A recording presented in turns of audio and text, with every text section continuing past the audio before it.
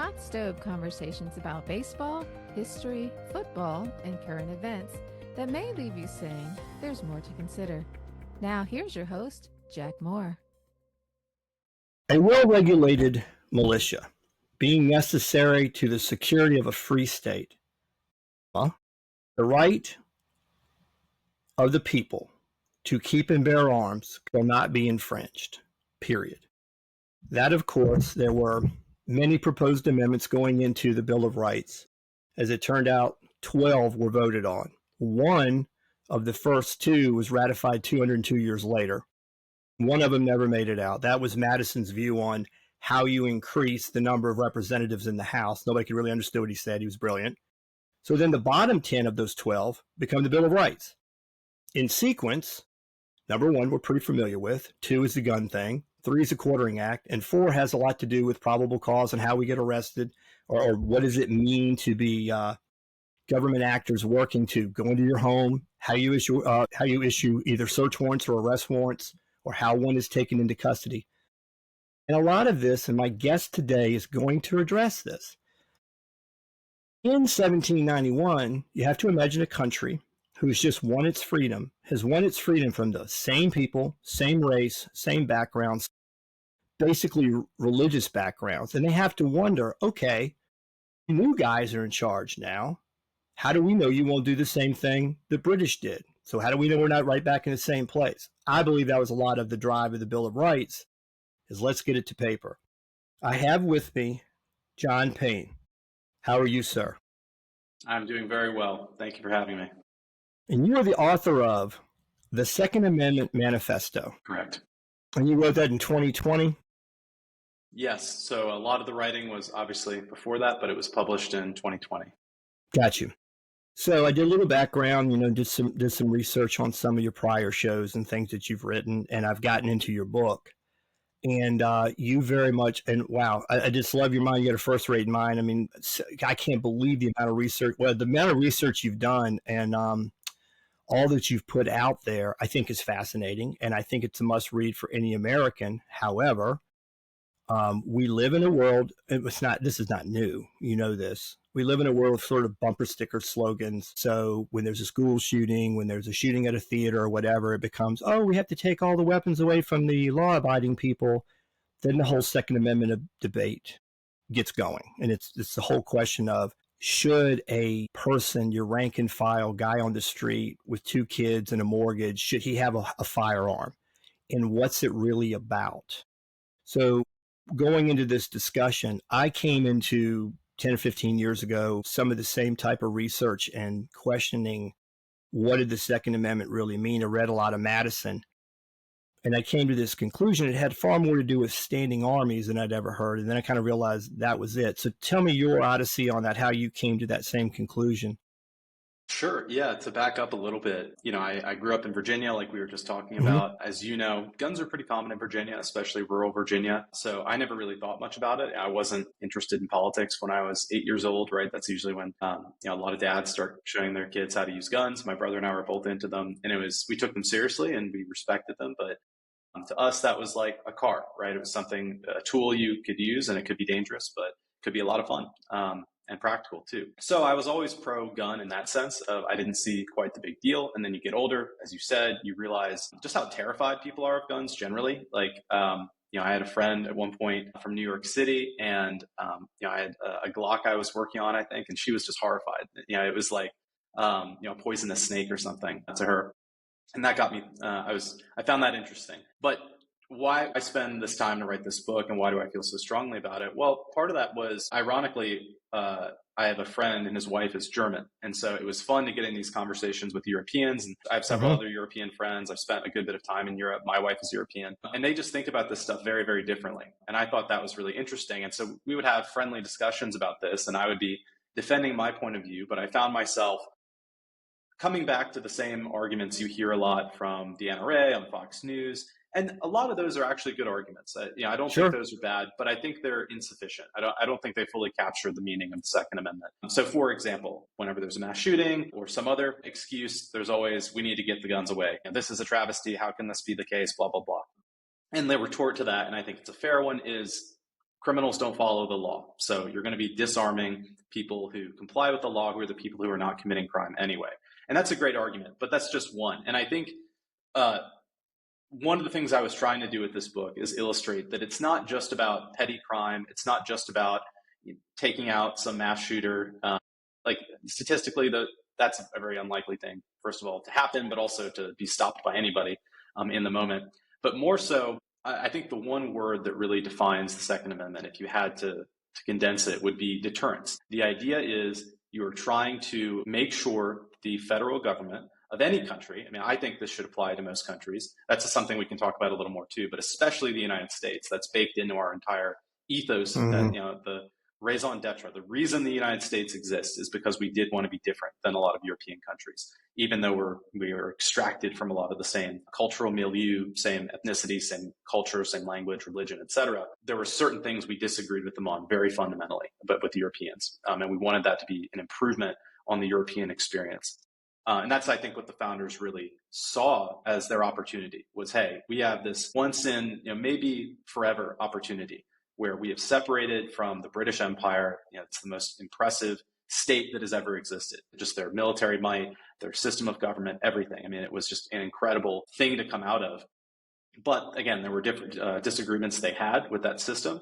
And they had this whole continent as their playground to really make this happen. And obviously that was a long-term project. But again, getting back to the Second Amendment, it's deterrence. It's making sure the federal government does not gain a monopoly on violence over its own people so that they cannot force things down your throat that you don't want or that might be really bad for you. And there's a tension there too, because we all grew up with this idea that majority rule is always right. Democracy is the highest good.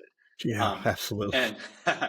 And the founders, I think one of the things that made them so brilliant was they recognized there is something very important about the idea of representative government. And I'm specifically saying that instead of democracy. You do not want a system where you have a small group of people who are deciding everything for you and then imposing that through violence, which is how all law is really imposed, for good, better or worse, on the population. But at the same time, you also don't want mob rule, where you have a bunch of the masses who are deciding things on a whim. And they were very studious of history, as you know. They studied what happened in Greece, and obviously Greek and Roman democracy was extremely different. I mean, they never really called it democracy, and it was never really like the modern liberal democracy we have now. But even then, they had some crazy excesses, right? Situations where, one amusing episode in Greek history is where Alcibiades, who was not maybe the best guy, but he ran afoul of the democratic group in Athens, and they sent a ship they voted, and they were like, we got to kill this guy, execute him. So they sent a ship, and then there was a new demos that met, reconvened, and they said, maybe we were a little bit hasty, let's not kill him. So they sent another ship to try and race the other one, and I think that it overtook it, and he ended up getting away. I think he was later assassinated for something else. But anyway, it just shows you the wild extremes democracy can go to if it is not guided by something like a Bill of Rights. And really, and I know I'm wandering a little bit, but no, it's fine. Love wandering. Yeah, that's good. As long as you're going to get a location, right? So with the Bill of Rights, and again, they were like, there's many criticisms you can make of the founders, but I do think they were very brilliant in how they thought about many of these things. And it was such a significant improvement over what was before. For example, so with the Bill of Rights, they had extremely heated discussions about whether or not we should put anything like the Second Amendment, like the First Amendment, like any of the amendments into writing. And for very good reason. I mean, we look around now in the United States, I forget the number, but it's some shockingly high number of lawsuits in the United States every year. You might know, you're a lawyer. So what is it like? It's in the hundreds of millions, I think, right? Let me make a little point. Yeah, let me make a little point too. I remember I took a course in law school on the history of the Constitution, and it was really brilliant. It was a professor. He's from Alabama. He went to Harvard Law School. He was once asked, he goes, Harvard from Alabama? He goes, he was a World War II veteran. He goes, yes, I served on the redneck quota. So he had gone to Harvard.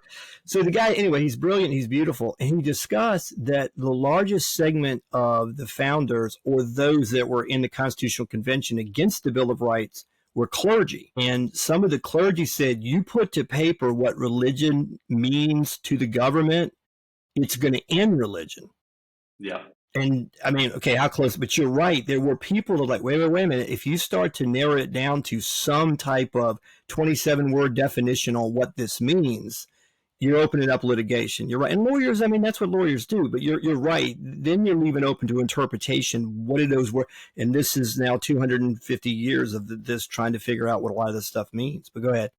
Yeah, exactly. No, it's an excellent point. And, you know, not to get on too much of a tangent, but you mentioned Harvard, and there's a really famous speech that Alexander Solzhenitsyn gave to Harvard. It's called his Harvard Address. It's free online. You can go find it if you're listening to this. But one of his big criticisms of the United States, so for people who don't know, this was a dissident under Soviet Russia. He fought in World War II, was an ardent communist when he was younger, and then he was arrested, thrown in a gulag for 20 years. And then was still a communist, actually, and was trying to convince his fellow inmates of the virtues of communism, but they eventually got through to him, and he won a Nobel Prize for his book, The Gulag Archipelago. And one of the things he criticized, and then he eventually left the Soviet Union and came to live in the United States, and then he went back to Russia after the Soviet Union fell.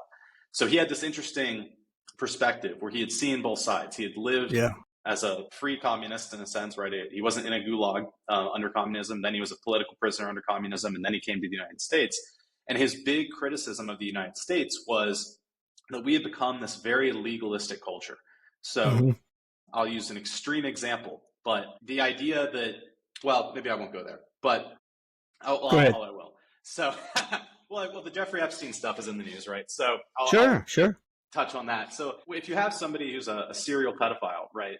And again, you don't want vigilante justice. I'm not advocating for that. You do need to have some form of due process, but if you are a father, you know, for example, and you find somebody abusing your kid, you know, the law kind of goes out the window. You're like, all right, that person needs to go. And Solzhenitsyn's point was, and there's people who will argue against that. I think most of your viewers and listeners will probably be nodding their head at that. But I think most reasonable, moral people would say, yeah, of course, you execute pedophiles. Yeah, sure, you can do an investigation. You need to make sure the guy, you know, was actually doing what you said he was. And Solzhenitsyn's point was just we've become this very legalistic society where, and maybe a better example of this too is with corporate behavior, where there's a lot of things companies will do nowadays, especially large companies like Meta, and the fact that they were giving personal data to the federal government. And people will say, well, you know, they're a private company, they can do what they want. And sure, I believe in capitalism, I believe in free association and all that. But was that the moral thing to do, to essentially make yourself into an extension of the NSA and the CIA and spy on Americans and feed that to the federal government and suppress information for one political party over another? Well, no. And so going back to, again, the Bill of Rights, what the founders were worried about was the situation where, as you said, if you put this stuff into writing, it's going to be litigated over and over. And that's really what's happened, unfortunately. And so to summarize the story, they obviously did decide, okay, there is a big risk by putting any of this stuff in writing. As you said, defining religion, defining what the Second Amendment is, defining free speech. Yeah. You know, and even with something like free speech, which we pat ourselves on the back in the US, that we pretend like that's totally untouchable, right? Well, I mean, even during the revolution, we were burning royalist printing presses. During World War I, we put people in prison. During the Civil War. Absolutely. World War I was a mess. Yeah, we've done some pretty, we've been about as censorious as any other nation state when we felt there were exigent circumstances, right? And there's always an excuse. That's, you know, there's the H.L. Mencken quote, right? Like about, what is it? If you Google like H.L. Mencken hobgoblins, now I have to look it up. I have it in the book too, but I just think it summarizes this so perfectly. Yeah, the whole aim of practical politics is to keep the populace alarmed and hence clamorous to be led to safety by an endless series of hobgoblins. And I think that's just such a perfect summary of politics. But going back to the point about free speech and litigation, right? So, but they ultimately decided, okay, there's a risk there that this stuff will get litigated forever, but it's worth it. There are certain things we have to put into writing. And we also know they called the Bill of Rights a parchment barrier, where if there wasn't the will to back up what's on that paper, it is irrelevant. You know, it doesn't matter what's on the Constitution. It doesn't matter what's in the Bill of Rights, the Federalist Papers, the Declaration of Independence, or all these other documents that we take so seriously. If you don't have people in society who care about them, right? And I think we're seeing a lot of that now, where it's one of the sad things that's happening to American society is we don't understand these documents. We don't care about them if we do understand them, or if you're like most politicians, you actively work to subvert them in many cases. Mm-hmm. So, again, in the case of the Second Amendment and the Bill of Rights generally, the idea was we do think these things are so important that we need to put them to paper. And that has opened the door to exactly what they were worried about, which is this endless debating over what they mean. And that's really split into two arguments about what the Second Amendment grants to citizens, right? There is what's called the collective rights interpretation of the Second Amendment, which is the idea where I refer to it as the militia only or military only interpretation. I think that's a more accurate name, which states that because of the word militia, I mean, there's a little more to it than this, but it really hinges on that word militia. This only applies to members of the National Guard. And then there's the individualist interpretation of the Second Amendment, which I think the Supreme Court has thankfully leaned in this way, especially since D.C. Heller, that it grants an individual right to the Second Amendment, which is how it was understood and practiced for basically all of U.S. history up until relatively recently. And of course, we can go into this as well, but that's if you look at the writings of the Founding Fathers, and in particular James Madison, who of course drafted the Bill of Rights and the Second Amendment, it's just crystal clear to me, and I think most reasonable people, if you look at this, that is exactly what it was intended to do. It was intended to be a guarantee of an individual's ability to have a means to deter the government from imposing some form of tyranny on them, whether that's mob rule or just autocracy. All right, let me throw something at you because there's so much is spinning in my head on this because, all right, it's like I said going in before we got the show started, I did a lot of deep dive into a lot of the writings of Madison prior to the end of the war leading to now. And again, when you have these colonists, well, let me back up and say this too, for the people listening in John's book, you hit a point, and I'm twice your age probably, and I've heard a lot of different theories and thoughts, but man, what you said about, you have these colonists minus whatever primitive weaponry they had at the time as it came to firearms. Minus that, they don't survive. So you have these people of a particular, ethnicity, religion, race. They're in this new world and they're prospering. And as they prosper, they're starting to even out-prosper people in Europe who wouldn't have had the same thoughts about firearms because in one sense, they almost didn't have the necessity to rely on firearms. So now they've gained this freedom. You talked about in your book, it ain't all about taxation. Taxation was certainly a part of it, but it had a lot more to do, I think, that you now have a new culture. You have people based upon the way they have founded these new colonies. They have a different worldview and they don't want to let go of it. They don't want to remain under rule from 3,000 miles away when they've learned self-rule. The monarch has basically been separated by an ocean. So they've kind of done the self-rule thing for now. So you have people with a different worldview, and they are, by the nature of survival, very attached to firearms. Now, in the war, what do these British regulars do? They go house to house and take their firearms. They sleep in their beds, which is all not new. It was going on in Europe, centuries before. So you give that background about histories of people in power, generally monarchs, who raise their little armies, sometimes self-funding them, whatever.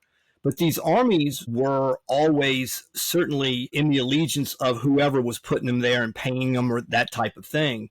So a friend of mine who's a very, very bright guy, he said, when you look at the sequence, kind of went into this earlier, the sequence in the Bill of Rights, it was the freedoms of the First Amendment, don't take our weapons, don't sleep in my bed, don't come in here without a warrant. Why? Because the British did all of those things. Like, when you're looking at the Bill of Rights, it is being driven in large part. And then the Fifth Amendment, the Star Chamber, the prosecutions of people, no rights to self-incriminate, or right against self-incrimination. None of this has anything other than to do with the war they just came out of and the civilization they broke from. So I say all that to say this. The other part I have a problem with, or I struggle with, is, and most people just aren't going to know this, if you look at the history of the Constitution and the ratification of both the Constitution and the first 10 amendments that made up the Bill of Rights, they only apply to the federal government. They only apply to the federal government. So this question's always come up. I made this comment the other day in a show, and a guy, in the comments put like, what about the Supremacy Clause? But my point was this. I felt like, again, this thing from Madison's driving force was, we're going to raise the armies from the state militias. We're going to regulate the formation of armies. We won't have these professional standing armies, which can go off and do bad things. We get a despot in there. Next thing you know, or like today, where we have 760 military installations in 130 countries. That was never the view. It would be the citizen soldier. But brother, I don't think they were really thinking about hunt Bambi or home protection. That was not what the Second Amendment was about. Now, were they clearly saying we wanted to keep the firearms in the hands of the citizen so as to protect them against the government? Absolutely. But what I said the other day to a gentleman I was doing a show with, I don't think that didn't mean that the Commonwealth of Virginia could regulate firearms however the hell they wanted to. And I made the point, there is a famous case, and I don't think most people are going to know this. Barron versus Baltimore was 1833. So in 1833, there's a guy who has a wharf on the water in the harbor in Baltimore. And he feels the government is doing things to adversely affect his business. So he sues the mayor of Baltimore, the city of Baltimore, the governor of Maryland, sues everybody. And he gets in and John Marshall's like, hey, your Fifth Amendment's language and reasoning, pretty good. Problem is, it doesn't apply to the state of Maryland. It only applies to the federal government. So he did a takings. Now, after the American Civil War and the ratification of the 14th Amendment and the Due Process Clause, we get into the 20th century. And now you get into this question of the application of certain fundamental rights in the Bill of Rights being applied to the states. This is the incorporation doctrine. So I do sort of wonder where the line would have been drawn. Just spitballing here. If in 1845 the Commonwealth of Virginia had confiscated all the weapons, it didn't mean they weren't going to meet the calling up of the troops from the state militia in times of military need. But I don't see anything conceptually that would stop Virginia from regulating firearms. If you were a resident of the Commonwealth of Virginia, it just simply meant, once again, here's another thing. Look at the language of the First Amendment. It opens with, Congress shall make no law regarding the establishment of religion. There were 6 state-supported churches at the time. They weren't saying there will be no tie between government and religion. They were saying there would be no national church. Right. The U.S. government would not get involved in defining what church is, what church you go to. But if the state of Virginia, through the General Assembly, decided to tax you to support the Church of Virginia or something, knock yourself out. That was not what they were reaching. Now, this whole view of what the 14th Amendment means, the Due Process Clause, and how that all regulates into the 20th century when the Supreme Court begins to, because, this is what happened after Heller, there was McDonnell, and then it went from the District of Columbia to then being applied to the state. So this is that whole mechanism of it. I say all that to say, when you talked about the NRA, like talking points, I just hear so many people, and God, I'm on the same side of the fence, believe me. I think you have an absolute God-given right to have a bazooka. I don't know, knock yourself out, have whatever can propel something out. I know that's going to get me in trouble, but I'm just saying you have every right to protect yourself, period. And that's the only reasonable or the only righteous function of government is to make sure that your rights are protected. I know you're, given your history, you're very familiar with Frederick Bastiat and the law. Are you? I'm actually loosely familiar. I wouldn't say I'm very. Okay. All right. Yeah. Well, I didn't. Yeah, it's the most. What's the most amazing? I mean, I became aware of it. I don't know, 10, 15 years ago. Really became aware of it. He's writing against socialism in France in 1848. He's dying of tuberculosis, and he opens with the law perverted. It's just a pamphlet. He's just writing his views on the role of government. He dies, within 2 years. He's writing it at the same time as the Communist Manifesto. But he opens with the law perverted. He goes, when government ceases to do the only thing it can do righteously, which is protect your individual rights, it becomes plunder. So he said, when government becomes plunder, it's organized theft. And politically, you can only do one of two things, become a part of the plunder or end it. And then as you read it, he said, your basic God-given right is the right of self-protection. And I'm like, okay, and he's like, so you're walking down the street, somebody hits you over the head, takes your wallet. What have they affected? Your life and your property. So if we as the collective are going to have a legal system to make you whole, we punish the wrongdoer, return your wallet, somehow make the guy pay restitution. But feed, clothe, educate, none of that stuff is really a governmental function. Yeah. So this thing about the Second Amendment, let's talk about this. Because when I'm reading your book, I get the idea that you're saying that, tell me if I'm wrong here, that maybe they left too much of a door open to this idea of a standing army, even though because I read Article 1, Section 8 to say, as we've said coming in, it has all these gyrations of how to raise the army from the state militias, and says one sentence about provide for the Navy. Clearly, we wanted a standing Navy. What do you think they meant? Do you think, well, clearly they left the door open because the whole thing's been bastardized since. But in Article 1, Section 8, was there too much leeway to lead to these standing armies? Man, that's a great question. I do think it's really hard to predict out exactly the interaction between technology and human nature into the future, which is what we've really seen, right? It's hard to, I think they can be forgiven for not imagining a world where we can fly B-2 bombers to Iran, refueling 6 times midair. I don't think they were thinking that way at the time. So, and even at the time, there were logistical constraints on how big armies could be. And it reminds me, there's this quote, and it ties in. I was going to mention it later when we were talking about how the Second Amendment is misinterpreted as only for the militia. But there's this quote where James Madison is talking about how even if you raise the maximum possible army in the existing or the kind of nascent United States, it would be maybe like a few tens of thousands, right? Like maybe 25 or 30,000. I'm looking at the quote right now. And then opposed to that, the militia would be nearly 500,000. So in his mind, and I think they assumed a lot of this stuff would continue. I don't think, again, I think in retrospect, some of these things seem obvious, but I don't think they would have predicted just how bad things have gotten in terms of our modern liberal society and how antagonistic it is to gun ownership. Again, you're talking about, as you were saying, you're talking about a group of people who really about 100 years earlier had been fighting for survival in the most extreme circumstances possible. I think it's so hard to imagine nowadays, but you're getting on a ship for several months, high chances of dying along the way, no idea if you'll ever come home. This really is like an expedition to Mars almost in modern times. Then when you get there, you're very dependent on supply from the homeland, which you know how long it takes to get there. You're fighting the natives, you're fighting the elements. It was I think it was 80% of the people in Jamestown died in the early expeditions. A lot of it one of the was, one of the most disease was a lot of it. Yeah, they just they weren't, immunity issues were big. Immunity, and you're just removing yourself from all the comforts and support of civilization. Even in Europe at the time, life and death was a tenuous thing. So that's and there's all sorts of ramifications of that too. I do think there's people call it the frontier hypothesis. I think you're taking Europeans who are already, I'm not afraid to say it, I think Europeans are an exceptional society, and you're taking kind of the cream of the crop in terms of risk tolerance and hardiness, and you're throwing them into this new environment. And I think that's really how we got that just exceptional generation of people from the 1700s until I think America is still exceptional in certain ways, but I think that original founding generation was just truly unique.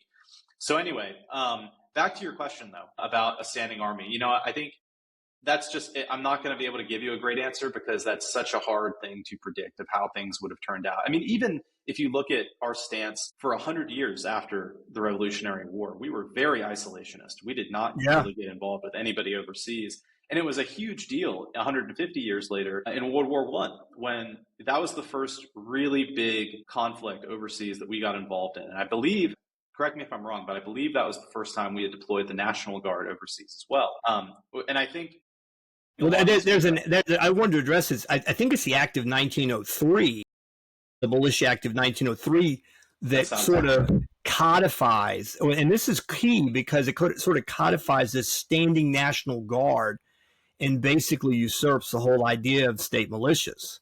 Right. And now, 100 and some odd years later, people think like, oh, no, it's always been that way. Yeah, the state militia is just the National Guard. And like, no, that's not quite what happened. And you're right. And they activate all these troops and send them to World War I. So go ahead, sir. Yeah, no, that's a great point. And that gets at the heart of the issue, right, of the collectivist interpretation versus the individual interpretation, which is the National Guard, or it's not a militia anymore. It's just not. That is not what the National Guard is. My brother served in the National Guard. Like I'm pretty familiar with how they operate. The militia at the time of the founding was free citizens who owned guns, who are willing to fight.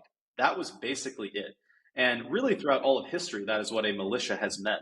And if you look, I covered a lot of this in the book, but if you look at Roman history, Greek history, these were free men voluntarily participating in violence on behalf of their nation. They were bringing their own weapons, which is a very key point. They kept those weapons at home. These were not issued or given with permission by the government. These were their own weapons. And even the Roman Republic and even into the empire, that was actually pretty standard for people to equip themselves.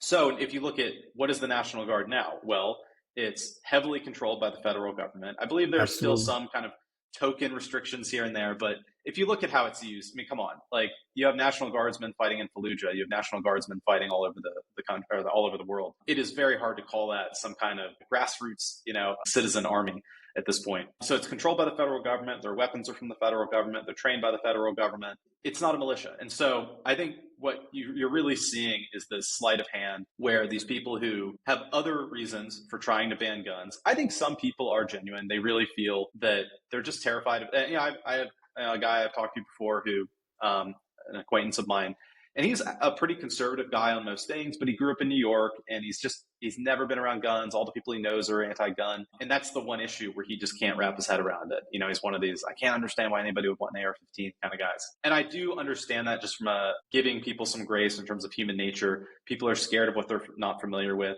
Their only interaction with guns is in media where they're used to kill other people, usually by criminals. So I understand some of that. And they're also just not aware, I think, of how much the federal government and even police forces in some cases. Again, I'm a big fan of the police, not knocking the police, but they're all human and they make mistakes. And so I think a lot of people put too much faith in the federal and state governments and religious governments in general. But again, I'm maybe circling your point a little bit or getting sidetracked. Well, let me say something quick, too. The police forces, too, when we think about how they've come about, the watchman, you had your neighborhood watch, basically, you talk your colonial times. One guy had to pull his duty to stay up at night, make sure nothing happened. And then professional police forces, I think actually Richmond, Virginia was one of the first, but Boston, I think, is always mentioned as one of the first cities.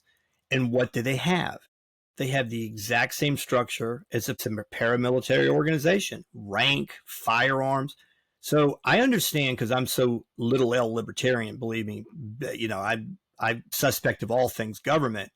But when you start putting people on the street and then they become the only force with the firearms, and, you have to hope that they're going to protect you. And this is a lot of that whole argument about, concealed weapons, and can you go into cities and have a firearm in these cities where, people can't carry firearms. You have these highest rates of crime and crimes against person.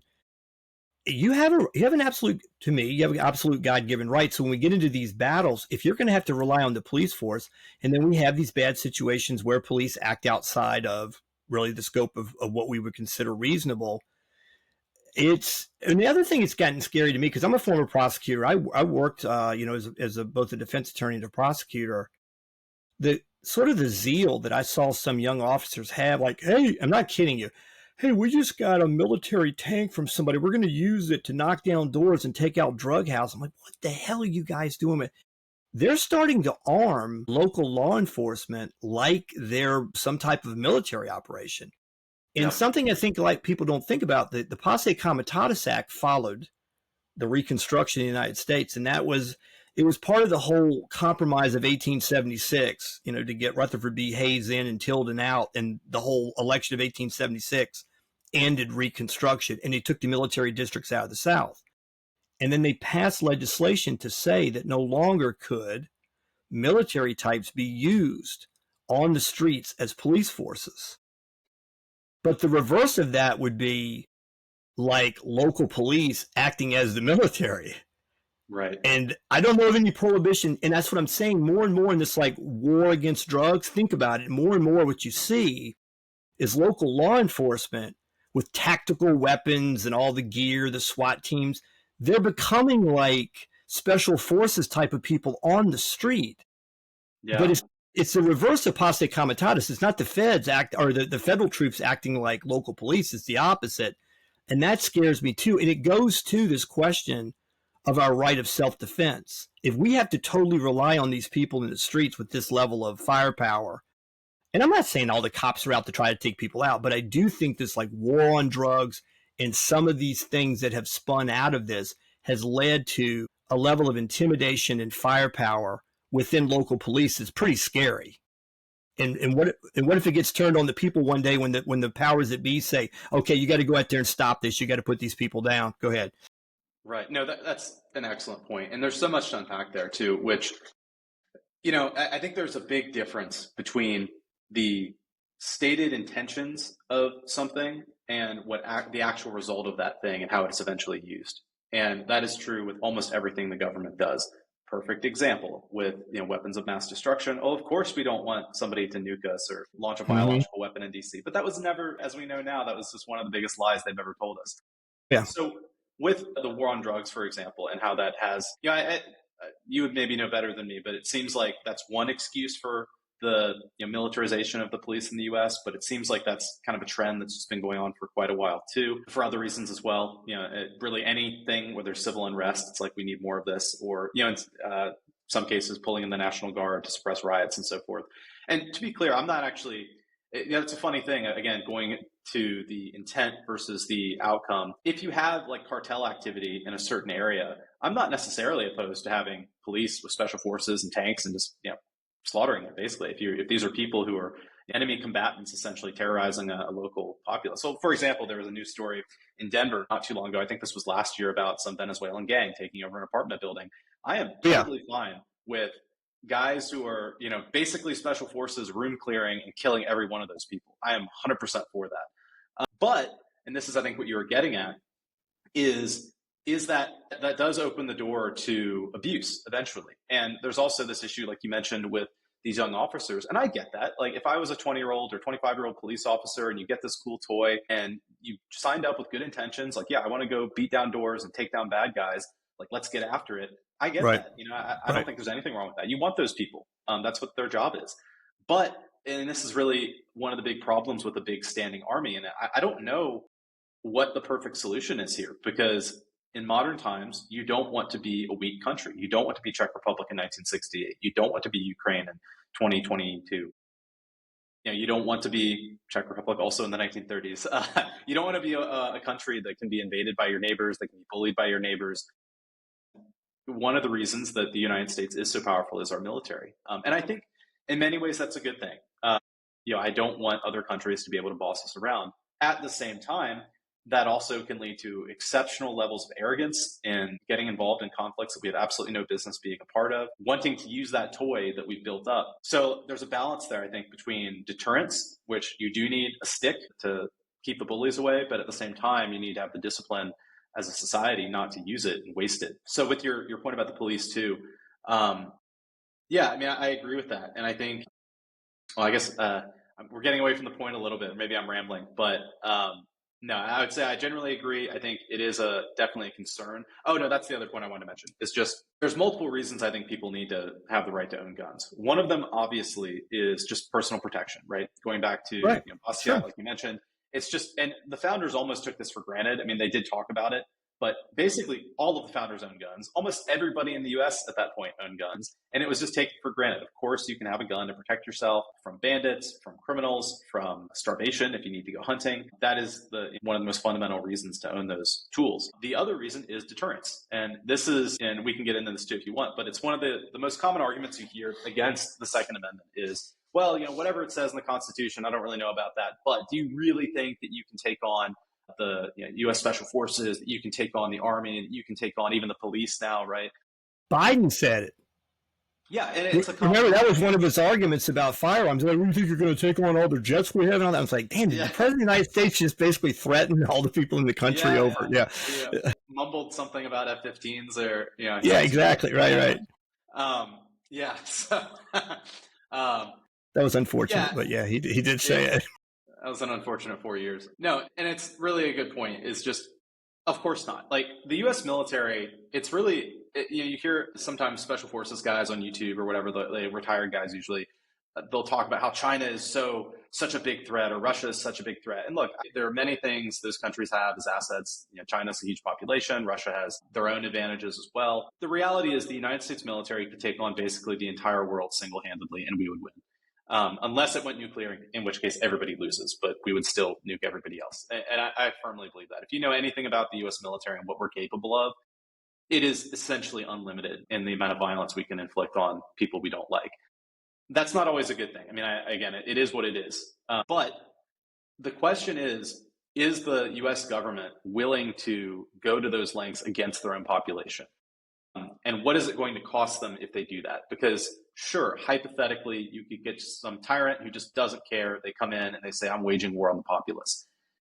That doesn't usually work very well. I mean, look at Afghanistan. So you have this population. This was true under the Russians. It was true under us. It was true under Alexander the Great, although he was probably the most successful at subduing that area. Like, hypothetically, we should have been able to just steamroll that place. And if we were willing to essentially use unlimited rules of engagement and have no morals and no care about the people who live there, we could just genocide everybody and take it over. And that's really what you would have to do to subdue the US population, or really any country's population. And so I ramble a little bit, but fundamentally, I think the purpose of firearms is to make it painful for the government to use that muscle that they have. Because yes, there's no question they would win in some full-on conflict with the population of the United States. But the question is, and I think it's very unlikely that would happen, by the way, because everybody really loses in that case. Like, what are you going to rule over, rubble? Like, there was a famous quote about Caesar, he laid waste and he called it peace, right, to Gaul, which is not even entirely true. Like, 20 years later, the Gauls were actually pretty happy in many cases to be part of the empire. But that is essentially what you would have to do in the United States. And I think that's really what you need. And COVID was such a good illustration of some of this stuff too. Back to the reason I was laughing when you mentioned the guns in the cities, like, should people really be allowed to carry guns in the cities? Well, of course, that's where you need the guns. That's where all the crime. Well, and in the places that have more freedom for that have lower crime rates. Right. Yeah. And so, going back to the point about deterrence too. So, well, I lost my train of thought. Too many subjects. Well, let me throw in another thing, kind of from the first principle.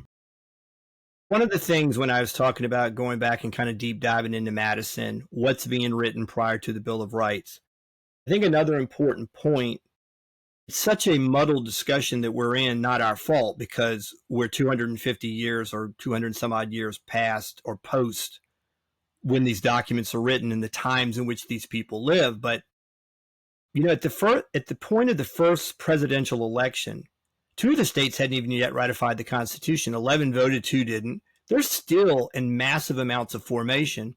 And one of the things I discovered in study is most of the states, whatever type of constitutional structure they had, whatever they called their founding documents for each colony now becoming a state, most ripped them up and started writing new constitutions at the time.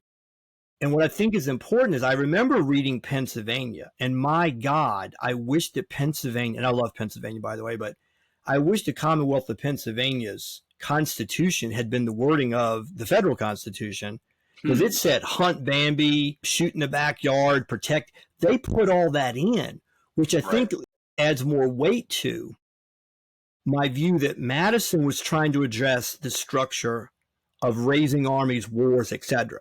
And he, I believe, in that mindset of the time would have thought, well, Pennsylvania will take care of protecting the right to home protection.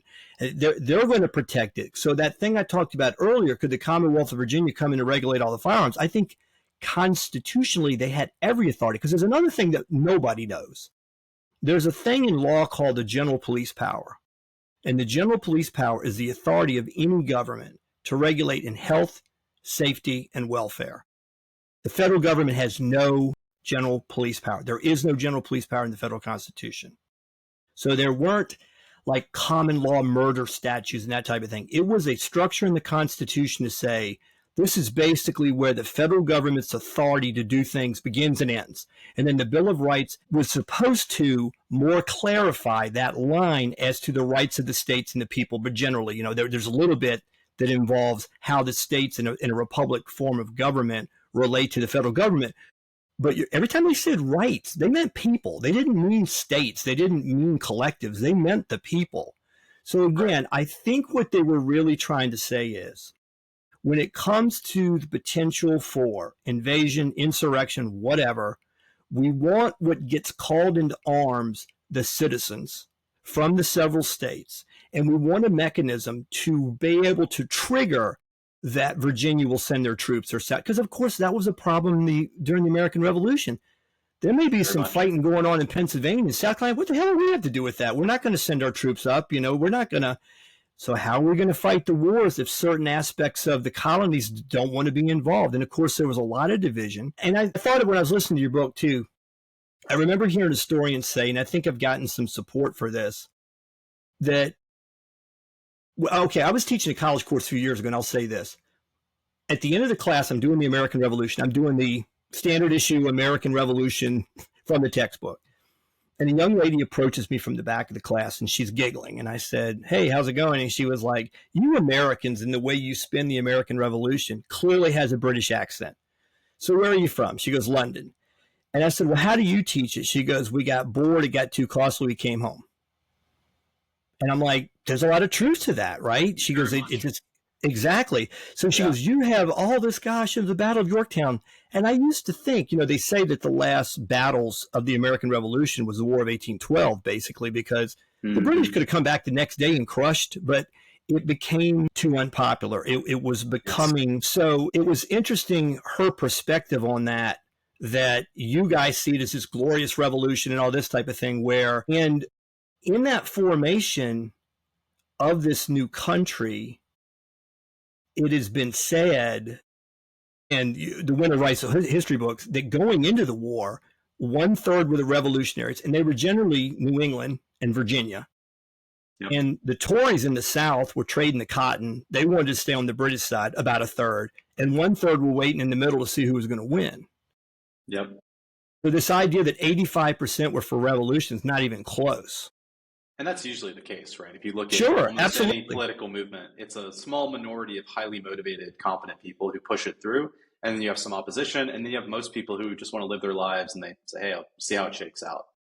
Yeah, and not only is that human nature, it makes perfect sense. I could see where probably a good 1/3 were waiting just to see what was going to happen. If the revolution pulls off, we got a new country, hey, knock yourself out, great.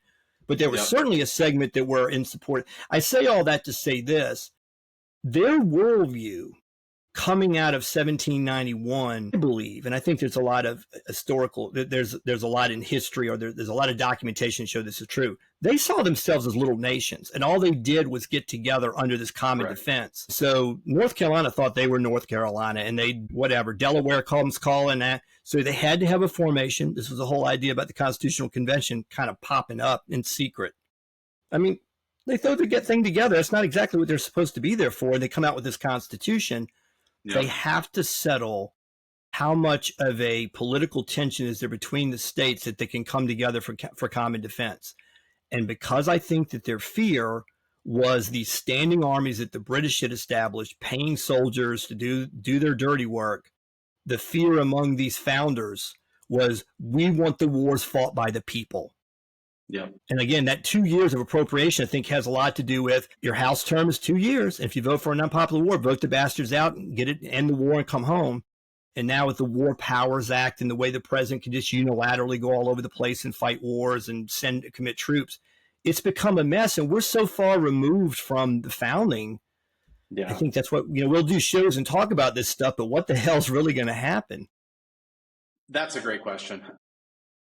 Yeah, and I think no, you're right. We've gotten so far away from that, and it's hard for most people, including myself, to really imagine what it was like at that time in terms of state loyalty versus federal loyalty. And I think that's one of the big tragedies of the Civil War, unfortunately. And this is a controversial opinion, but just like taxes were one component of why we broke away from England, slavery was one component of why the Civil War was fought. I don't think it was the only one. I think the bigger question that was trying to be resolved there was the tension between states' rights and federal rights. Yes. And as you said, the original Constitution of the United States was not called the Constitution. It was the Articles of Confederation, which tells you something about the structure of what was supposed to be the United States. It was supposed to be a confederacy of states. And people at the time had very, very strong loyalties to their own state. Robert E. Lee very famously declined the commander of the army position that was offered to him, which is also just a hilarious point too, right? It's such a hypocritical criticism of the South to say it's all about slavery. Well, if it was just about slavery, why did you offer Robert E. Lee, a known massive slave owner, the command of your entire army to fight the South? That's a little bit strange. In any case, And he declined primarily due to loyalty to his own state. And he felt that the federal government was overreaching, even if he didn't agree with everything the states were doing either. So that is also another complication with how the Second Amendment is interpreted nowadays, because at the time there was this understanding that states could decide a lot of their own policies. And now it's really federal government overall.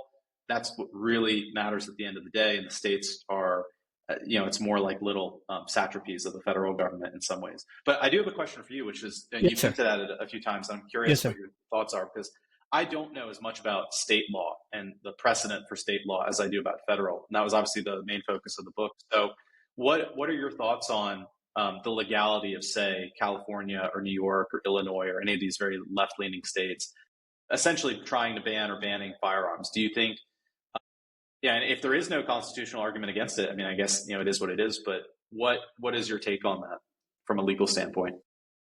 Well, it gets back to, like I said, this whole formation of the Constitution and the state governments. I believe the states prior to, it really comes down to the whole view of the 14th Amendment. If prior to the 14th Amendment, again, this would have been the Barron versus Baltimore argument where John Marshall said, sorry, you're barking up the wrong tree. So, if, for example, in 1845, the Commonwealth of Virginia came by and took your firearms. And you go, wait a minute, Second Amendment violation. I think you would have gone to court with, Marshall would have been out by then, but you would have gone to the Supreme Court and they would have said, Second Amendment argument doesn't play here.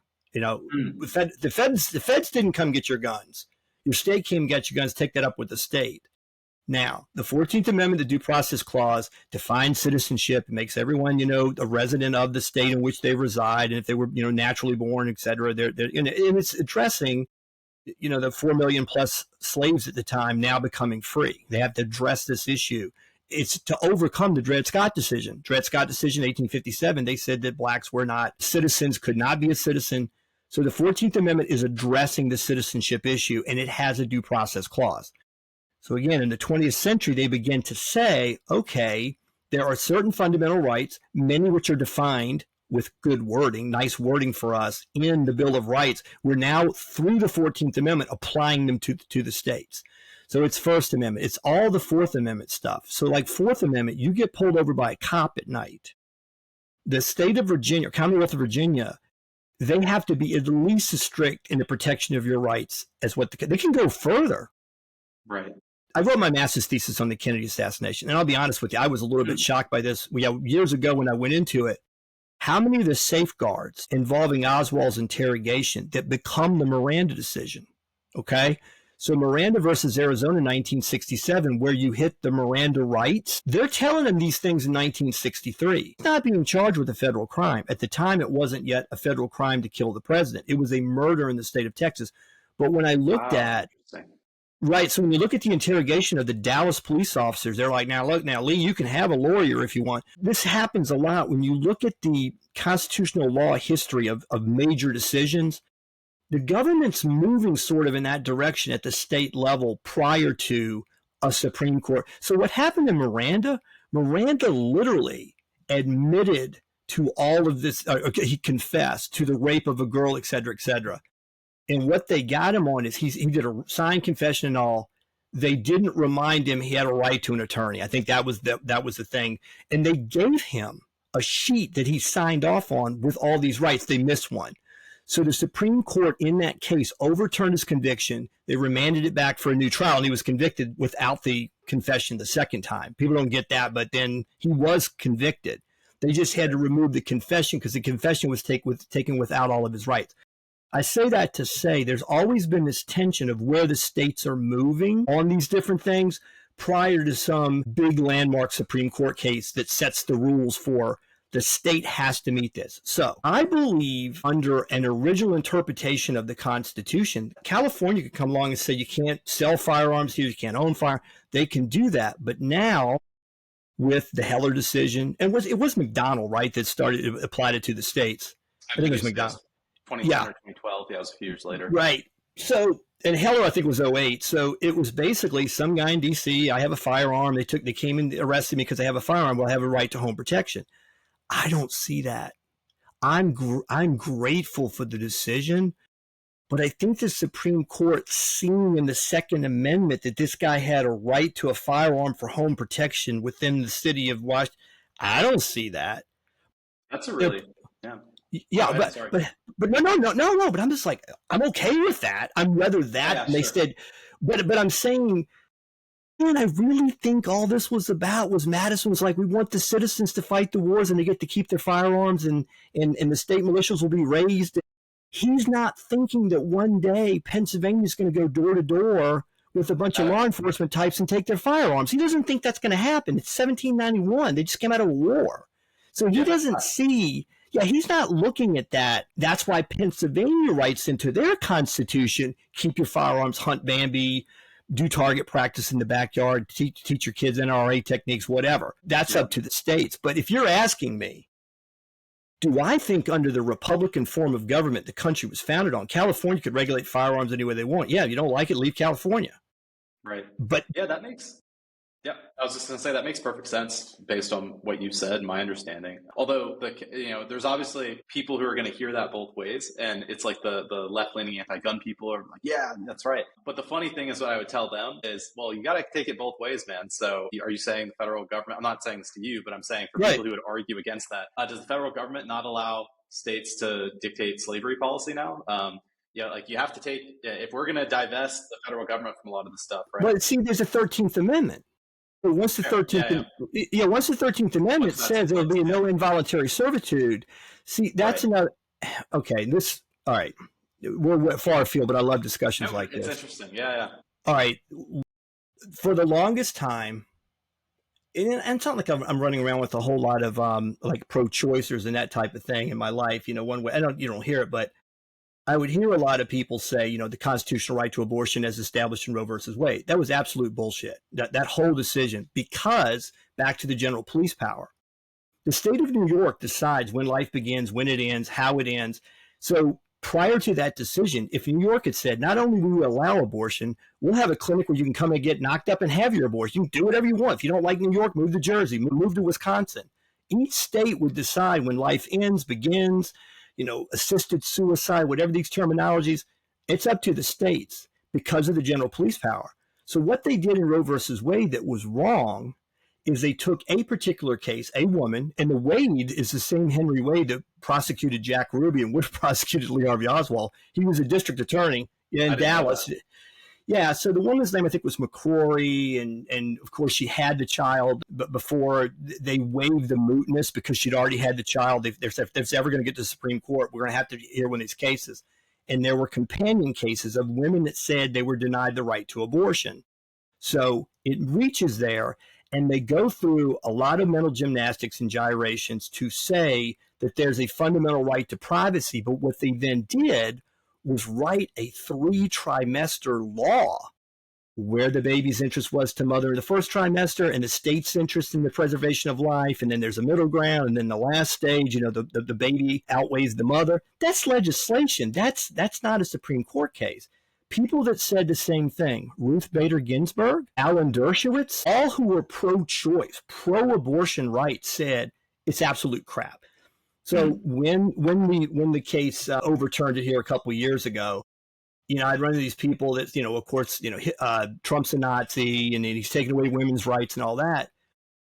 It's difficult because it's such an emotional topic. You can't get people to understand. It's a question of mechanics. It's not a question of the ethics of abortion. Right. It's a question of where does the state draw the line? So it being returned to the states was constitutional. Now, the question would be, you really want that codified as an amendment? Then take a chance. See if you can get the sufficient number of states and you can get, constitutional convention or you go through the congressional. I can't remember all the exactly gyrations. I just know it's like 3/4 of the states have to ratify it. If you can get it through the ratification process and you can make it a constitutional right to an abortion as defined within that amendment, knock yourself out. But the way they did it was a backdoor bastardization of what the role of the Supreme Court is, in my opinion. Sure. And again, it becomes a frustrating thing. It's the same thing. And I say that because what you just said, sure, people are going to listen. That Moore's a gun. He's a gun-taking nut. No, I'm saying I don't want California to take your weapons. I want you to have whatever the hell. But that doesn't mean I don't think that they constitutionally have the authority to regulate firearms. Right. Yeah, that makes sense, right? As you said, and you put it very well, it's the difference between what you you think is ethical and correct and moral and what is legal, right? And those are not Sure. always I the mean, same thing. yeah. Yeah, that's true in many areas. And it also gets to a bigger question, right, of what kind of system of government do we even want at this point, with how much the United States has changed? And do we think that, I've heard this called the Straussian view by some folks like Michael Anton and others, that the founding was essentially we can fix the problems of the modern United States by getting back to more of what the founders wanted. And I think there's a lot of truth to that, but it's hard, man, because again, if you look at something like California, where hypothetically it would be nice to be able to give back that power to the states. And obviously, in a lot of cases, that would go the way I think is correct, like Florida, Virginia, probably, and other states, Texas, maybe. But, and this gets at a bigger question that's even more controversial than guns right now. But when you have 30 million people in your country who are not citizens, that changes things. And you have a lot of people in the United States who are not really inculcated into the same civic values that the rest of us are. And so I don't know if we can just flip a switch and say, hey, like, put it this way. I don't know if it would be the best thing for the United States or Americans to just divest power back to the states at this point. I think there are some other things that would have to change first. In a way, I'm becoming, I do obviously, again, I wrote a book about it. So I believe in these principles. And I think if we were able to get back, fundamentally, if we were able to change our demographics again to something more in line with what the founders grew up with and their environment, I think some of these things would make more sense. But I'm becoming almost more of a pragmatist, where even if it's not the historically accurate way for the Constitution to be interpreted, if that's what is like the only thing that's really keeping us from having a bunch of people who frankly shouldn't be in the country voting rights away that we would have otherwise, I'm going to take that deal. Well, we live in a society. Sure, but we live, and I'm probably twice your age, so I've watched a lot of things kind of happen within sort of the pop culture of it all, and as it's happening, I remember probably 30 years ago, every time I turned around, it's like, what gender is this? Gender. And I'm like, they're talking about sex. I mean, when we used to fill out a form, it was M and F. It was male, female. And I'm like, what are they talking about? This gradations of masculine to feminine. Next thing you know, we're into all this gender ideology. And it's all this stuff about gender and gradations. And nobody's really male or female. I'm like, they slipped that thing in. And one of the other ones, and you can see whether it's CIA driven with it, this is all some kind of mind screw, whatever. I started to notice that at every one of the alphabet agencies on cable TV, well, there was an attack on our democracy today, or attack on our democracy. There's an attack on it. And everybody's saying, what the hell part of democracy do you see in the Constitution? So when I taught college courses, I'd say, students, how many times do you think democracy is mentioned in the Constitution? Probably like 160. How about 0? What? Yeah. I was like, go read the Federalist Papers. See what Hamilton and Madison and Jay actually said about democracy. I mean, they were brilliant men, and they knew all the great works of the time and all that, but they were scared to death of democracy. Yes. I would explain to them, and I don't know if you've ever heard this before, but it makes a lot of sense. They wanted an aspect of a monarchy, and they fought over what the executive branch would be. 7 members, voting. So they come up with a 1. They wanted an aspect of an aristocracy, and that was the Senate. And they wanted an aspect of a democracy, and that was the House. And the reason bills of appropriation for spending was supposed to originate in the House is because you could vote for dumb Farmer Brown down the street, and that dumbass could go and meet with a bunch of other dumbasses in the House and vote for all kinds of crazy stuff. And if you and I were the U.S. senators selected by the state legislature in Richmond, when we got sent to Washington, it was to protect Virginia from them. Yes. So the 17th Amendment sent 2 more whores to Washington. But again, states were already moving in that direction. They were already starting to send popularly elected members to the U.S. Senate. But that screwed up part of that balance. Think about it. You have these voting members in the House voting for all kinds of crazy crap.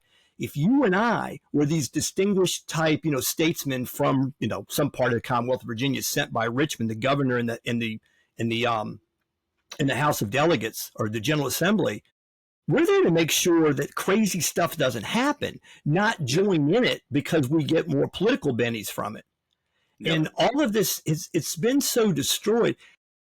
run into people. 17th Amendment does what? You know, like they don't even know that the 17th Amendment maybe did. Sorry to interrupt, but for my benefit and the people listening, maybe you could break that down real quick of the 17th Amendment and Well, the 17th Amendment the 17th Amendment at that point said that if your U.S. senators, your 2 U.S. senators that go to Washington are elected by the people in the state. Prior to that, it came out of the General Assembly in Richmond. Just as that's another thing. If you go back and look at the wording of Article 2, the executive branch, they never intended for the people to vote for president. That was never an intention of the founders. And that's why it says that the electors shall be selected by the state legislatures by whatever means necessary, however they want to do it. So in the first election, I did a bunch of deep dive research on this. 11 of the 13 colonies, now states, voted. Or put in electoral votes. Washington wins unanimously. He wins the landslide in the first election. 6 of the states allowed people to vote. 5 didn't. South Carolina did not allow people to vote until I think the election of 1852. Oh, wow. So, interesting. Right. But however, they went and met. This is why the mechanism is still the same today. It's a circus and all. But they still meet in Richmond, and they still throw a bunch of slips of paper in a box and, send 13 electoral votes however they decide it. But they're basing it now on the popular vote within the state. But the electors, as originally constituted in the Constitution, were to go meet in Richmond, pull some names and say, this is what we're sending to Washington to vote from the Commonwealth of Virginia. We're sending our electoral votes. But again, it says in the language, the state legislature shall select the electors by whatever means they choose. And now everybody thinks, so when people are arguing, an Electoral College has been spun as racist. It was part of supporting the slavery regime and all this kind of stuff. What the founders were actually driving at is they wanted it to be a president of the states. So they wanted the states to vote for it. So they came up with a system like, okay, how do we do this? Okay, how about whoever wins, within the state legislature, they choose the electors, they get their slate, they send the state, and in effect, when we balance it out, the majority of the Electoral College wins the election. And that's why you've seen, 2016, Trump and Hillary, even though that's based upon a popular vote in the states, the whole damn country's red. There's thousands of counties that are red, and then you have these urban pockets, and in the end, Trump wins 31 states. Hillary wins the popular vote. Trump wins 31 states. He wins every little 2, 3, 4, Iowa, whoever, in the middle of the country, in the heartland. He wins all those states. He loses the urban areas, but he still wins the presidency. So that's the argument. It becomes, if it comes down to a popular vote, you know what's going to happen every time. Yes. There's especially going to be, now. Yeah. Oh, exactly. And by design. And it's by design. Of course. And we saw that, right? And we saw that in the 2020 election, where you see these various neighborhoods just getting filled with, let's say, recent arrivals. Yeah, that's going to have a big impact. And of course, people will say, well, a lot of these people can't vote. Obviously, that's not always true. But let's say that is true, that most of the recent arrivals cannot vote. That still impacts the census, though, and impacts representation in Congress. And what about their children? What about their grandchildren? This was always understood that we're obviously getting into immigration policy rather than firearms, but they're obviously connected. I think people really underestimate just how important culture is, both in terms of what kind of system of government you have and how that impacts just voting behavior too. And people don't like to hear this because we want to believe that we've transcended any kind of racial biases and whatever. But I mean, look, my parents both taught school for a combined total of almost 100 years at this point. Well, maybe 70 together. Look down a hallway in the high schools. People generally want to coalesce with people who look similar to them, and they often vote along racial lines as well. And we've seen this time and time again. You even hear this in elections. I don't think this should even be controversial. You hear about the black vote, the Hispanic vote, the white vote. We understand this is a phenomenon. And so when you do start having these large demographic changes, that is going to have a big impact on how government goes one way or another, and especially when you start looking generationally. And this is something that's been really sad to see in Europe too, because I think in America, we've always been more multicultural since the beginning. Again, we have absolutely, yeah. And it was still a very, very small portion, which makes a huge difference up until the Hart-Celler or Hart-Keller. I always forget how to say it. I think Hart-Celler Act, where we got rid of any kind of quotas on immigration. But if you look at Europe, they're running into some of the same issues now, because I think they just underestimate how. Look, put it this way: you can't just take England, remove all the people and replace them with a totally different group of people and expect the same result. There's no such thing as magic soil. The country is made up of the people who live there. And this is, I've thought a lot about this because I am conflicted about certain aspects of our political system. And I think the founders were too, right? That's why they debated these things so much and why they ended up with this kind of split form of government, because they understood it's very, very difficult to balance all of these different factors. You do need a strong leader. You need somebody who's going to be willing to stand up to the crowd and say, you're wrong. And I'm going to take this country in a different direction. And you're dumb. Maybe not you're dumb, but you're incorrect. And I'm going to do this because it needs to happen and you need to deal with it. Too bad. And at the same time, you also need those people to be able to stand up to somebody who's doing something incorrect and saying, no, that's not correct.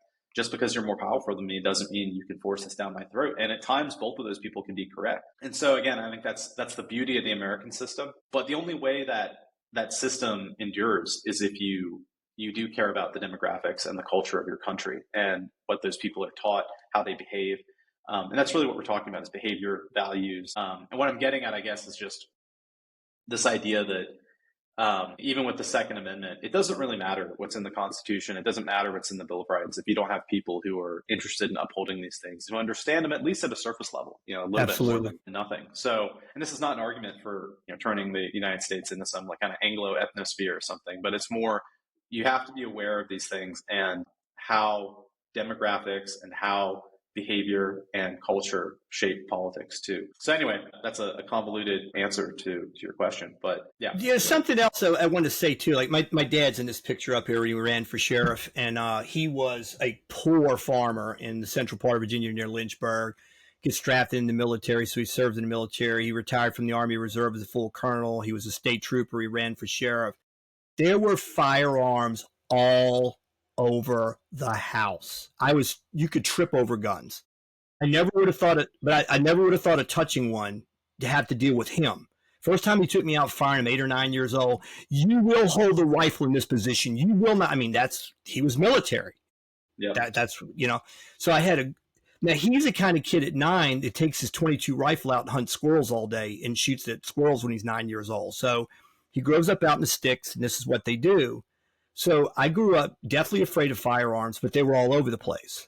My mother was the daughter of a federal agent. Firearms all over the place, but that's the culture. Virginia. So we grew up around it.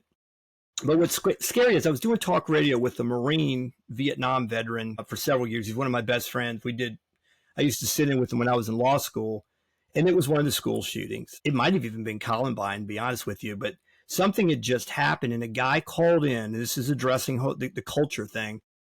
A guy called in, he goes, man, Tony, you know what's crazy? He goes, what? He goes, I graduated from high school in 1964, and I was literally on what was called the rifle team. And I got on my school bus every day with a long gun, a rifle, and a box of ammunition, and no one blinked. Like, no one thought Johnny's going to come to school and shoot up the school today. And I know culturally in some parts of Virginia, not terribly far from where I am now, the kids would put the shotguns on the rack in their truck and drive into school and park because they were going to hunt that afternoon. Yep. And we were in a culture. Now, what is interesting is Charles Whitman happened in 1966. The former Marine, they end up finding out he had some kind of a brain tumor. They don't know exactly what triggered him, but he goes into the tower, in Austin, Texas, and kills 14 people. But when that happened, I've watched the news reports of that.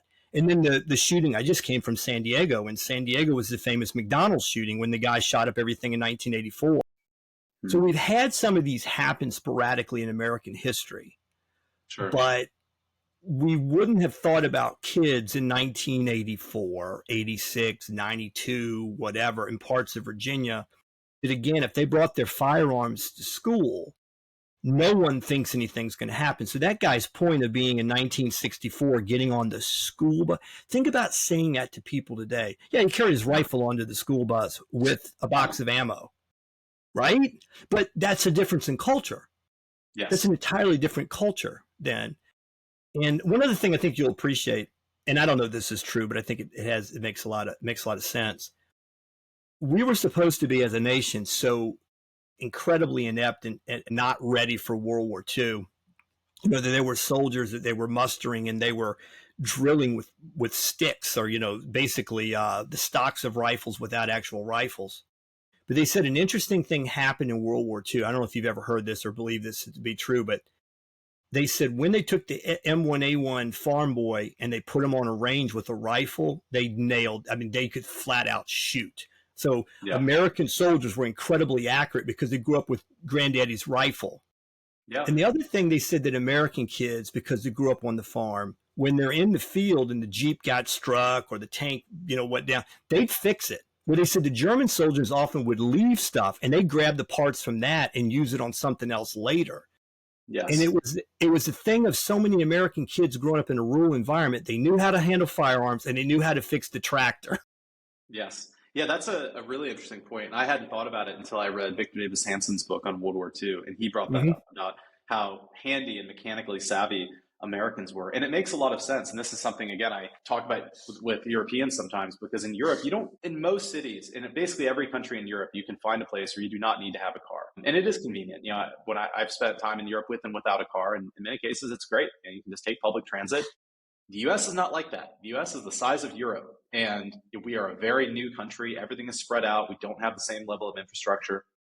And we really needed roads to get around. And even nowadays, if you want to have a job in the US, most places, you need to have a car outside of major cities and even in major cities. So we're a very mechanized society. And we always have been, I guess horses before cars, right? But yeah, I found that really fascinating, the difference that made in terms of Americans being able to repair their own vehicles and get them moving again. And they just, as you said, in some cases, there are reports of them replacing entire engines in Sherman tanks, and they would just do that in the field, which is incredible. And also then there's the point too, and Victor Davis Hanson makes this as well, that the Germans obviously had a very different philosophy on design, where for every, I believe it was the Sherman had like a 1-to-1 ratio of uptime versus maintenance. So for every hour of operational time, you needed about an hour of maintenance. And the German tanks, it could be 5-to-1, 10-to-1. So you needed a lot more maintenance on the vehicles. Obviously, that's a thing a lot of people know now, and there's many. Germans were incredible soldiers, though. I will say that. Absolutely. Not to despair. If you look at because people will sometimes dispute that, but if you look at the individual combat situation throughout World War II, the Germans almost always inflicted more casualties than they took. So they had other things going for them, let's say, that Prussian spirit in some ways. But yeah, the mechanical aspect and then the experience with firearms. And that just seems obvious, right? And you see this even nowadays. Like when my brother went to the National Guard, he grew up shooting guns, and it wasn't like a thing we took super seriously in terms of perfecting our skill. We took it very seriously from a safety standpoint. And very quickly it got to the point where we didn't need supervision, because our dad, maybe he wasn't quite as much of a drill sergeant, but he really forced us to take it seriously. But we never, we were plinking. We were just shooting random stuff, hunting here and there. But when he showed up for basic training, it was pretty easy for him to just shoot up to the top 1 or 2%, just because he had some familiarity with firearms. And this was another thing. I love ancient history. I love reading about it. And something that was really interesting that I heard about the Spartans versus the other Greeks, right? And we have this conception that Spartans are these like Delta Force of the ancient world, right? And the reality is, yes, they were generally better militarily, at least for a long time, until they got smoked by, what was it? Now I'm blanking on it. It's terrible. Thespians, the Salians, so one of these other groups, the Sacred Band, I remember they fought them. Anyway, but the thing that really separated the Spartans was apparently it wasn't because they had, their special training grounds. Like these things helped, right? And all the stuff you see in 300 where they send the kids out in the woods. Apparently a lot of that's probably embellished, not entirely true. But the thing they did have was they just trained somewhat consistently. So they would practice the basics. They would get together, like, all right, we're going to practice backing up while we're maintaining our formation. Try doing that. When you're in school as a kid, middle school or high school, right? And they say, form a circle. How hard it is for kids to just do the basic thing like that. Now imagine doing that under stressful situations, wearing armor, you're exhausted. And they would just practice that kind of thing. And whereas most Greek city-states, they would just show up and hope for the best, really.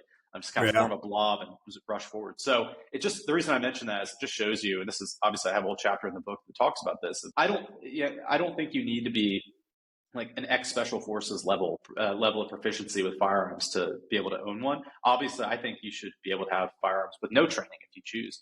Exactly. Obviously, you need to use them safely, but I'm very against the government being able to impose certain restrictions on, like, oh, well, we'll let you have them, but you have to do this arbitrary safety course or this or that. I'm very against that, obviously, because it can be abused so easily. Like, I do believe you should practice with firearms, but I don't think the government should decide what that entails. But yeah, I think you can safely use firearms with very minimal training. And again, another good example of this is actually one of the big advantage of firearms when they first came out militarily was not that they inflicted so much more damage. It was really that you could take people. It was much easier to train people to use a firearm than something like a bow and arrow. So a bow and arrow, again, you go back to the 1500s, 1400s, when firearms are really just starting to arrive on the scene, really more 1500s. Firearm is much easier to learn how to aim and shoot than a bow and arrow. I've done some archery. I'm not great, but it's pretty hard to hit stuff with a bow and arrow. You have to be very well practiced, especially if you don't have a modern bow and modern sight equipment, aiming equipment. Imagine how hard it is to throw a football accurately at long range. That's really what you're talking about, except even more difficult in some ways. So you saw this at the, what was it? Terrible, I'm blanking on the name. It was a big naval battle between the Ottoman Empire and the European Federation. I think the Venetians were the main people in charge. And it's terrible, I can't remember it. But one of the big differences, that was one of the first big battles where you had a lot of firearms versus an army that almost exclusively was using bow and arrows. And they were able to get, in just a month or two, you get people to proficiently use a firearm, despite all their disadvantages. Much slower to reload, the powder can get wet. They're not super accurate still. In some cases, bow and arrow might be a little bit more accurate at close range, but that was really the big advantage. And this is something too that I always find really interesting when you're talking with somebody. Again, the German friend of my friend, or German wife of my friend, where she's a petite lady, let's say, and she was arguing about how, like, well, maybe it would just be better if guns didn't exist. And my response to that is always, there are certain things where maybe I would agree. Maybe it would be better if nuclear weapons didn't exist and we could just snap our fingers. Maybe we have nuclear energy, but we just never quite put together a bomb, or it's not physically possible. Maybe that would be better. But with guns, especially if you're a smaller, weaker person, that is not a world you want to live in, where it's the strong people who are better at just like inflicting violence on you are going to win. Like, you don't have a chance. With a Glock, you have a chance against the 6'5", 300-pound person who wants to do you harm. Without, you really don't. Look, I have a little bit of experience with martial arts too. I enjoy it, but there's a reason weight classes exist. Like, if you're 110 pounds, you might be a black belt in jiu-jitsu and a high-level MMA fighter. But look, if there's 2 or 3 guys who are much bigger than you and they want to beat you up, it's the odds are not in your favor. Let's say. Whereas with guns, again, there's a quote. What was it? Like, God made some people big, some people small, and firearms to even them out. I think there's a lot of truth to that. So very different than what you were talking about, but I think it's worth mentioning. I think a lot of people don't realize, like, the world that you're proposing with that thought experiment is not necessarily one that would be beneficial to you. Well, you've probably seen the testimony, and it was I'm trying to remember exactly. I think it was Luby's was the name of the place in Texas where the guy drove the truck in and then shot and killed 20 some odd people before I think he was finally taken out. There was a daughter who had her parents, I believe, were immigrants from Europe, and they'd come to the United States. They'd had this great life that, they were her mother and father. And they go to this dining place. It's kind of like one of these Denny's type of places or something. And it was in some part of Texas. And when the guy goes rolling in with the truck, people go running to him, assuming he's lost control and poor guy just ran into it. He did that to come rolling out with a firearm and start to shoot and kill. She ended up testifying about the gun laws in Texas before Congress. And she was a concealed weapons person who, because of certain laws in Texas, left her firearm in the vehicle. And she watched both of her parents get shot. She watched her father move to try to protect her mother and both get killed. And she was a witness. But he's like, and she is in Congress. And she goes, look, you bastards, I'm going to tell you what. I wanted to take my firearm in. I would have shot the son of a bitch, and my parents would be alive today. But because of you, if you can find it on YouTube, it was a very powerful. She rips him and says, I have a God-given right to protect myself and protect my family. And you bastards, you pass these laws that don't affect you. You have bodyguards. You have, you go from this secure place to this. And here I am and having lunch, at a diner with my parents, and I lose my parents to some crazy guy that comes in and starts shooting the place up, all because my gun's in the car. Because and I mean, you have to see this. And this is 40 years ago. It was in the 80s. I'll look this up. I haven't seen this. Yeah, and I don't remember her name, but she became a big advocate for gun rights, and she was heavily trained. I believe she was an NRA member kind of thing, but she followed the law. Her point was, yeah, you guys pass these laws that have a consequence to us as people on the street, so I follow your stupid law. And that one day when fate catches up to me, my parents are taken out because I don't have my gun. And she goes, I had open shots at him. I'm hiding behind a table. My dad's scrambling to save my mom of 47-year marriage or whatever, it was or 50 years. And she has to watch her parents executed in front of her because she doesn't have her firearm with her. And there's millions of stories. There's many stories like that. And anyone that ever lost someone that thought, if I'd only had my firearm, is going to be a pissed off person, and rightfully so. Of course. Rightfully so. And so, all this stuff, man, you've been a phenomenal guest. I know we're all over the map, but that's the kind of nature of my show. I like it. It's fun. We get into all the history, what the hell standing army means, and how, and man, I love your book. It's fascinating. I love the fact that you talked about a special culture of people, brought up by the pioneer spirit, or the fact that they were these settlers and all the things that they went against, and how it created this unique American, which sadly, I think has sort of fallen away, but some of us still care about the history. So we get into, I get into that kind of, but what does the Constitution really say? So we get into that kind of thing. And again, I think we're brothers in agreement on, we want people to be able to defend themselves. Well, let me ask you, and all this historical research you've done and where we are today with, like you say, well-meaning people that you really like, they're scared to death of guns and no one should have one. Where do you think, if you know any latest studies, where are the percentages now on your rank and file guy on the street that believes one should be able to own a firearm? That's a great question. I don't know. I haven't looked at any recent survey data on that. And neither have I. What I will say is, if you look at behavior, you lived through this too during COVID. Remember that, where how gun shops were empty. People, even the most liberal people you can imagine, were rushing to gun shops. Yeah, and that was during the George Floyd stuff, shortly after that as well, where you had people burning down cities and rioting. And suddenly all these anti-gun people realized, hey, you actually can't just go to the store. That was the joke, right, online of all of us who've been filling out our form, 4473s and doing background checks and waiting 3 days, depending on where you live, to get a handgun. And these people in California, Illinois, New York, all these left-leaning states are showing up and saying, oh, what do you mean I can't get a gun just like that?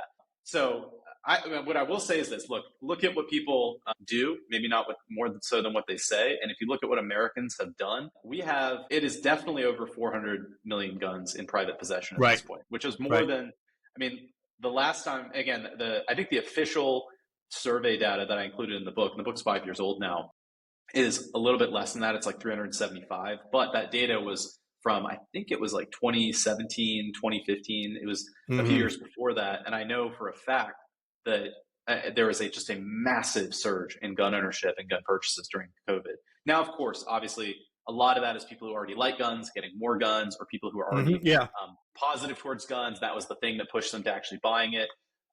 There's plenty of people who still don't like guns in the US too. But I think I'm actually optimistic about that. I do think there's so many people who are pro-gun, and there are so many guns at this point that it is actually very hard to put the genie back in the bottle in that regard. And I think that's a great thing. A crazy statistic that surprised me when I was writing the book too is just, if you add up all the guns in private possession in the US, this is not including any military guns at all, we have more guns than I think it's the next 7 world's militaries combined, including our own, which is the largest. And we have more than everybody else combined. So that's, Russia, China, India, 1.6 billion people, Germany, the UK. We have just an unfathomable amount of guns. And that goes in our favor. And if you look at any kind of gun buyback that has been attempted, they usually don't go very well. There's usually very low compliance. Even in a country that has a lot of cowards in it, let's say with Australia, if you look at how they behaved during COVID, I think their gun buyback program they did in, I want to say the 90s, it was only about, it was like a third or 2/3 of people actually complied with it. It was a huge number that did not. And so that gives me hope. And again, I think that just gets to the heart of the issue of the Second Amendment, which is, again, that point of deterrence. You actually brought up a really good point, though, and I think that's maybe worth talking about real quick, is just, that's how I've always looked at the Second Amendment, or at least since I did this book, and that was the thing I came away from it with, was that is the fundamental reason for the Second Amendment is deterrence. But I like your point about using this as a way to limit the expansion of a standing army as well. And then I think those things are very related, right? So like there's the force that the citizenry has access to, and then there's the force the government has access to, and it's looking at both of those things. And yeah, that does concern me. I mean, obviously, it's felt for a long time like we've been ruled by a one-party system since at least the 90s, and I would argue probably a lot longer than that. And one of the things that the government always seems to agree on is printing more money and starting more wars and expanding the military. And we saw that under Bush, right? And the Patriot Act and everything Edward Snowden uncovered and other everything since World War. I'm actually doing a show this week with a libertarian type talking about how our foreign policy's gone. And again, having written the assassination or the Kennedy assassination thesis, I get into a lot. Clearly, these ideas about, even was Kennedy taken out because he was appeasing to the Soviet Union and didn't want to. But remember, January of 61, there is the famous farewell address by Eisenhower. He says, beware the military-industrial complex. He's a 5-star general. He's Supreme Commander of Allied Forces in Europe. He's a 2-term president of the United States. He's kind of on the inside of things. He's a 5-star. He's a West Point graduate. And he's seeing it. Now, originally he said, beware. He wanted to say, the military industrial congressional, and they're like, well, come on, I can't take on Congress. Like, so he pulled, he literally pulled language. But I tell you what, a lot of the history I've looked at, and by the way, his mother was originally from the Shenandoah Valley of Virginia and was a pacifist. Like, she was from one of the religions, was very, very much a pacifist. And Eisenhower to me is a very interesting cat. I kind of really like Ike. I mean, and who didn't at the time, but I think he was really trying to send out a message. There was the old plowshares to swords and back. We converted the factories, and he says we're never going to convert back to just making farm implements. We're going to keep making weapons, and as long as we make weapons. So coming out of this Cold War, where we are today, with Ukraine, what's happening in the Middle East, wherever, all of these things in our alliances are tangling alliances. Is what Washington warned about, what George Washington warned about on the way out. Everything comes down to, what did we really become post-World War II? Is everyone raced to Berlin? And actually the author that I'm going to have on is talking about Germany is really the core of how everything went, because it became the thing of who gets Berlin and how much of it, and this tension in the Soviet Union versus the United States. And then with the end of the Cold War, what has NATO become? Are we supposed to? Why the hell? And so when Trump said that a few years ago, why do we still have NATO? Shut up! You can't say that. And he's kind of had a point, right? I thought the whole point of NATO was, and now that the Soviet Union in that form has ended, why do we keep doing this? So we have become this, in some sense, policemen of the world. There's no doubt behind the scenes we've overthrown governments, and of course, this is shooting fish in a. Well, This is kind of historically shooting fish in the barrel. Everybody's kind of heard this stuff, but I did find it fascinating. And I studied the Kennedy assassination. Who ends up on the Warren Commission but Allen Dulles, that he had fired for the failure of the Bay of Pigs. And he is in the shadows continuing to run the CIA. And he's sitting on the Warren Commission, which is supposed to be examining the causes of Kennedy's death. And he knows they'd enlisted the mob to kill Castro. He doesn't raise his hand and go, hey, we might have had some blowback from Cuba over this, or like these things aren't talked about. As these documents are continued to be sealed after 6 decades, or you look at these things and you wonder how much of it's a shadow government. I know I'm getting far afield, but this is what happens when you've totally moved away from the structure. And I did read in preparation to see you today, I pulled an article, it was really interesting, where a guy said, all you people who love your country and you love the founders and all that, you have to come to the conclusion they failed in the founding document. It wasn't specific enough. Yeah, and he said, you keep saying go back, and we've both mentioned it. Go back to the Constitution. I don't know how the hell you could. Yeah, I don't think you can, as you said, and I don't know if that's the best solution. I mean, again, now, why would you go back to something? Yeah, it's like that quote in No Country for Old Men. If the rule is what brought you to here, then what use was the rule? Right before the guy. And I think there's a lot of truth to that. Look, the founders got a lot of things right, but there are certain things they did not anticipate, they didn't expect. I don't think they really expected how morally decayed the United States Right. would They become. couldn't have, yeah. No. And so, I would say, and this is obviously a much larger discussion, but, I'm more of a nationalist. I believe that, we have to do what is practical and pragmatic to push our country forward and fix some of these things. And that doesn't necessarily mean just trying to mimic exactly what we had in the Constitution originally. So we'll see where that leads. But no, whoever wrote that article, I would agree. I think we messed up in a lot of ways, but I think it was still, a massive step forward. And I don't want to trash the founders. That's become No. anything in certain circles too, to be like, well, they were failures. We need a monarchy again or something like that. Well, I know you're not saying that, but that's and to kind of circle back on what I think is like a key point is, once again, if Madison's looking at, hey, these British soldiers, these regulars came door to door and took our rifles, let's put it in the bill. Okay, they came and slept in our beds. Let's do that in the Third Amendment. I think they're just kind of stepping through what the federal government can't do.